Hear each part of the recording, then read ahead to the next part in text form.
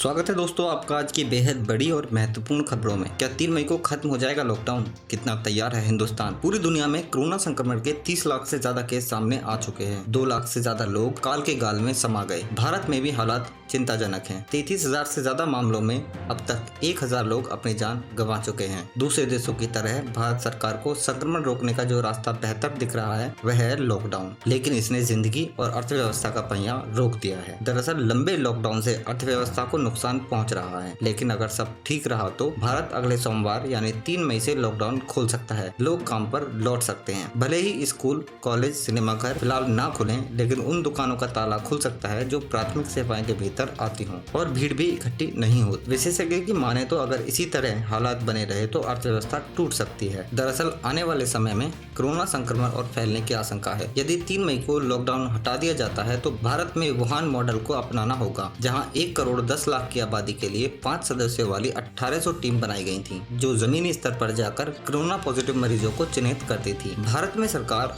Aarogya Setu app को बढ़ावा दे रही है, लेकिन ना तो इसके पर्याप्त उपयोगकर्ता है और ना ही इससे मरीजों की पुष्टि हो पाएगी। कोरोना को खत्म होने का सबसे आसान उपाय है अधिकतम टेस्ट। जितने ज्यादा परीक्षण होंगे, इससे बीमारी के संक्रमण के बारे में उतना सही अंदाजा हो पाएगा। एक रिपोर्ट की माने तो अमेरिका में रोजाना 2 करोड़ 20 लाख टेस्ट करने को कहा गया है। इसके पीछे उनका मकसद कई बार पूरी आबादी को कोविड-19 टेस्ट से गुजरना होगा ताकि कहीं कोई छूट ना जाए। क्या भारत रोजाना 10 लाख टेस्ट के लिए तैयार है? हमारे देश में अपर्याप्त परीक्षण के कारण ही कोरोना वायरस इतनी तेजी से फैल गया। यदि हम केवल लक्षण वाले रोगियों का परीक्षण करते तो अब तक हम इसे रोक सकते थे। ICMR का कहना है कि 69% कोरोना पॉजिटिव भारतीयों में कोई लक्षण नहीं दिखते। इसका मतलब साफ है कि हाउसिंग सोसाइटी, बाजार, हर उस जगह जहां हमें जाकर टेस्ट करना होगा जहां थोड़ी भी भीड़ जुटी हो, तभी हम कोविड-19 के खिलाफ जीत सकते हैं। चलिए दोस्तों, चलते हैं अब अपनी अगली बड़ी खबर की तरफ। कामगारों से CM योगी की भावुक अपील, सब्र रखें, हम आपको घर पहुंचाएंगे। लॉकडाउन के कारण दूसरे राज्यों में फंसे उत्तर प्रदेश के कामगारों और मजदूरों से मुख्यमंत्री योगी आदित्यनाथ ने भावुक अपील की है। उन्होंने श्रमिकों से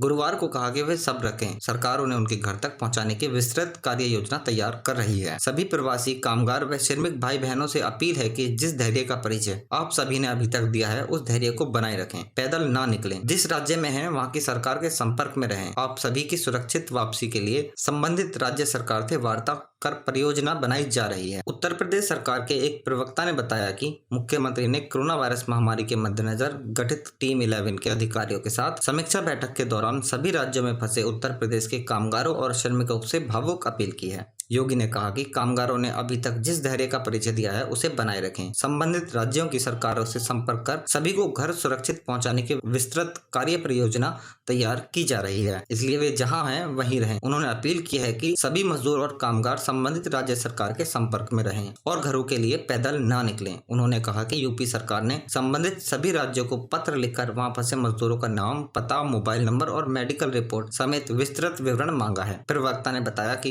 इस प्रक्रिया में मुख्यमंत्री ने राजस्व विभाग के 6 लाख लोगों के लिए पृथक वास केंद्र, क्वारंटाइन सेंटर, आश्रय केंद्र और सामुदायिक रसोई तैयार करवाई हैं। चलिए दोस्तों, चलते हैं अब अपनी अगली बड़ी खबर की तरफ। क्या सरकारी कर्मचारी सालों से डका रहे हैं गरीब परिवारों का राशन? विकास खंड घुमारवीं की ग्राम पंचायत हम्बोट में 4 सरकारी कर्मचारी लंबे अरसे से राजीव गांधी परियोजना के तहत गरीबों को मिलने वाला सस्ता राशन हासिल करने का मामला प्रकाश में आया है। स्थानीय लोगों ने इसकी शिकायत CM हेल्पलाइन नंबर पर दर्ज कराई है। साथ ही संबंधित कर्मचारियों पर कार्रवाई करने की मांग की है। इस पूरे मामले से संबंधित विभाग की कार्य प्रणाली संदेह के घेरे में है। केंद्र सरकार द्वारा राष्ट्रीय खाद्य सुरक्षा अधिनियम के तहत गरीब परिवारों के लिए अप्रैल 2013 में राजीव गांधी अन्न योजना शुरू की गई। इसमें गरीब परिवारों को पंचायत द्वारा शामिल किया जाना था। इस योजना के तहत घुमारवीं हम्बोट पंचायत से संबंधित विभाग में सेवारत 2 कर्मचारी स्थानीय डिपो से सस्ता राशन हासिल कर रहे थे। इसका खुलासा उस समय हुआ है जब कोरोना महामारी के कारण सरकार ने गरीब परिवारों को 2 महीने तक एक साथ फ्री राशन देने के आदेश दिए हैं। हम्बोट डिपो से जब ग्रामीणों ने 4 सरकारी कर्मचारियों राशन के भरे थैले ले जाते देखा तो वह दंग रह गए। राजीव गांधी योजना के तहत गरीब परिवारों को प्रति व्यक्ति 5 किलो राशन, 2 किलो गेहूं, 3 किलो चावल तथा 13 किलो चीनी मिलती है। हालांकि इस योजना से वंचित एक ग्रामीण ने इसकी शिकायत मुख्यमंत्री हेल्पलाइन नंबर 1100 पर कर दी है। इस पर जिलाधिकारी बिलासपुर ने स्थानीय पंचायत प्रधान को तुरंत प्रभाव से इन लोगों के नाम हटाने के आदेश दिए हैं। हम्बोट पंचायत के प्रधान ने मंगलवार को निरीक्षक खाद्य आपूर्ति नियंत्रक घुमारवीं तथा प्रधान सहकारी समिति को पत्र लिखकर चारों सरकारी कर्मचारियों के नाम राजीव गांधी अन्न योजना से काटकर APL का राशन देने को कहा है। दोस्तों, अगर आपके पास आपको राशन राशन नहीं मिल पा रहा है तो प्लीज कमेंट बॉक्स में कमेंट करके जरूर बताएं। चलिए दोस्तों चलते हैं अब अपनी अगली बड़ी खबर की तरफ। क्या उद्धव ठाकरे 27 मई के बाद भी महाराष्ट्र के मुख्यमंत्री रहेंगे? महाराष्ट्र में विधानसभा और विधान परिषद दोनों है। उद्धव को 6 महीने के भीतर किसी भी सदन का सदस्य बनना था। 6 महीने होने वाले हैं लेकिन वो किसी भी सदन के सदस्य नहीं बन पाए हैं। महाराष्ट्र में विधान परिषद की 7 सीटों के लिए 24 अप्रैल 2020 को चुनाव होना था, लेकिन कोरोना महामारी के चलते चुनाव आयोग ने अनिश्चित काल के लिए सभी चुनावों पर रोक लगा रखी है। मुख्यमंत्री उद्धव ठाकरे के कार्यकाल को 27 मई 2020 को 6 महीने पूरे हो जाएंगे। ऐसे में 6 अप्रैल को राज्य की कैबिनेट ने उद्धव ठाकरे को राज्य के गवर्नर की ओर से विधान परिषद सदस्य के तौर पर मनोनीत किए जाने की सिफारिश की है। कैबिनेट की यह अनुशंसा गवर्नर भगत सिंह कोश्यारी को भेजी गई थी। राज्य के उप मुख्यमंत्री अजित पवार ने कैबिनेट की मीटिंग की अध्यक्षता की थी। गवर्नर भगत सिंह कोश्यारी ने अभी तक इस प्रस्ताव पर कोई फैसला नहीं किया है। राज्यपाल की ओर से फैसला लेने में हो रही देरी से एक राजनीतिक तनाव का माहौल पैदा हो गया है। राज्यपाल की तरफ से अनिश्चित की स्थिति को देखते हुए राज्य में राजनीतिक सरगर्मियां अचानक तेज हो गईं। बुधवार को महाराष्ट्र की कैबिनेट ने राज्यपाल भगत सिंह कोश्यारी से मुलाकात की। वहीं दूसरी ओर उद्धव ठाकरे ने प्रधानमंत्री नरेंद्र मोदी से बात की है। माना जा रहा है कि उद्धव ठाकरे ने महाराष्ट्र में संभावित राजनीतिक संकट पर बात की है। खबरों के मुताबिक पीएम ने उन्हें इस मसले पर गौर करने का आश्वासन दिया है। चलिए दोस्तों चलते हैं अब अपनी अगली बड़ी खबर की तरफ। ऋषि कपूर की वो बातें जो उन्होंने बिना संकोच के खुल्लम खुल्ला कही थी। ऋषि कपूर के अभिनय की खासियत के अलावा उनका बिंदास कैरेक्टर लोगों को बहुत भाता था। उन्होंने कभी ये इनकार नहीं किया कि वे बहुत शराब पीते थे। कभी उन्होंने इसकी अनदेखी नहीं की। बेटे रणबीर कपूर के साथ जनरेशन गैप रहा। अपने ओपिनियन में ईमानदार होने के कारण सोशल मीडिया पर उन्हें ट्रोल होना भी पड़ता था। वर्ष 2017 में उनकी एक किताब आई खुल्लम खुल्ला। उनकी किताब की इसलिए भी खूब चर्चा हुई क्योंकि ऋषि कपूर ने उसमें कई बातें खुलकर लिखी थी। आइए जानते हैं वो कौन सी बातें थी। ऋषि कपूर ने अपनी किताब में खुलकर स्वीकार किया कि शादीशुदा होने के बाद भी उनके पिता राज कपूर कई महिलाओं से रिश्ते थे। उन्होंने इस किताब में राज कपूर के नरगिस और वैजंतीमाला के साथ अफेयर होने की चर्चा थी। नीतू से पहले का प्यार। ऋषि कपूर और नीतू की शादी